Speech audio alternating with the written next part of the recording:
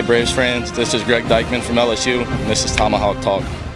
A fast-paced, low-scoring ball game here at White House Field tonight, episode 22 of Tomahawk Talk. I'm Michael Stern, that's Kyle Kercheval, and he's Troy Lynch. The Mariners of Harwich defeat the Bourne Braves by the final score of 4-2. Kyle, it was a pitcher's duel for the first 6 innings, and then the Braves offense broke through first in the top of the 7th. How'd they do it? Yeah, well, it was Willian coming through with a clutch hit tonight. On a 2-strike count, was able to rip a double into the left center gap, and boy, did the Braves ever need a hit like that. Over the course of these last 5 games, boy, it has just been rough sailing for the Bourne Braves offense. And when Willian came away with the RBI double, I was like, all right, maybe the Braves are finally getting something going here. Maybe that's going to crack it.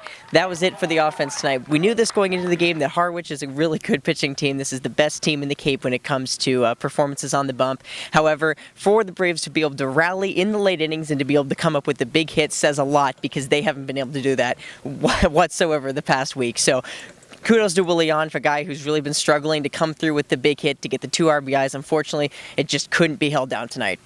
B.J. Myers was pitching tonight for the Harwich Mariners. He's been one of the best pitchers on the Cape all summer long, and he came through again tonight until that 7th inning when Jan gave the Braves a 2-0 lead. But Troy, JT Perez was great for 6. After that, things got a little dicey for the Braves. Yeah, it was kind of a surprisingly really good start from JT Perez. We've seen him 3 other times here for the Bourne Braves. He got that opening nod start against Hyannis at the beginning of the season, but then after that, he pitched no more than 4 innings, and he gave up a few runs in each of those contests. So every single time we saw him go up onto the mound after that 4th inning, it was kind of surprising, none to say the least. But it wasn't surprising just for today's game, because he was pitching so well. He was able to strike out 4 Harwich Mariners, and then he held them to a 1-run ball going into that 7th, or 1-hit ball going into that 7th inning. Obviously, he gets that one.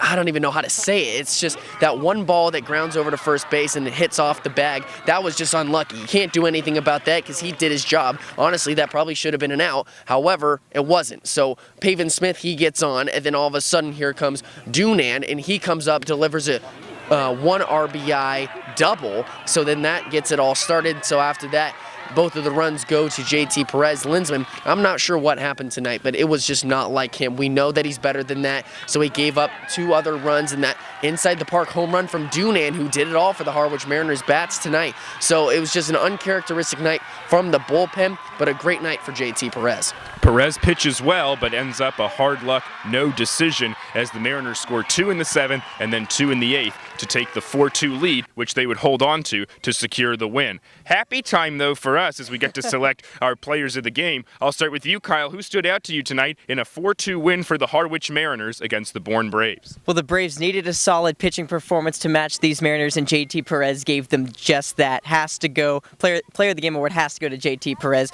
Guy hasn't pitched, hasn't gotten a start since June 22nd. To go for that long of a hiatus and then to show up tonight and to have an outstanding outing where he was able to go 7 innings, I mean, that's absolutely huge. He did it in his old JT Perez fashion, got the ground balls, he got the contact outs. The Mariners got some pretty good contact on him for the 1st, 2nd, 3rd innings. After that, though, there's a lot of broken bats, a lot of dribblers back into the infield, just easy plays for the Braves defense to make. So big shout out to him. JT Perez, an outstanding night, kept the Braves in it the whole way through, pitched a 1-hitter for what was it, 6, 7 innings? Fantastic outing. So Kyle goes with the starter from Cincinnati, JT Perez. Troy, who's your player of the game? It'll be Willie Yan from the University of Connecticut. Played 3rd base tonight, and he was pretty solid from there. But that big at-bat in the 7th inning when McKinnon and Wong were on the corners, then he delivered big time. It's something that the Bourne Braves have really been struggling with. That's driving in runs. The past 7 games, they've only had 7 RBIs, and 4 of them came from David McKinnon. This time, he's running in instead of driving in the runs. So Willie Yan doing a really good job, and he got all of that. More importantly from him, he actually snapped, B.J. Myers' 21 scoreless baseball streak. So that's pretty impressive coming from Willie Yan, coming up big tonight. However, it wasn't enough. So Troy goes with Yan.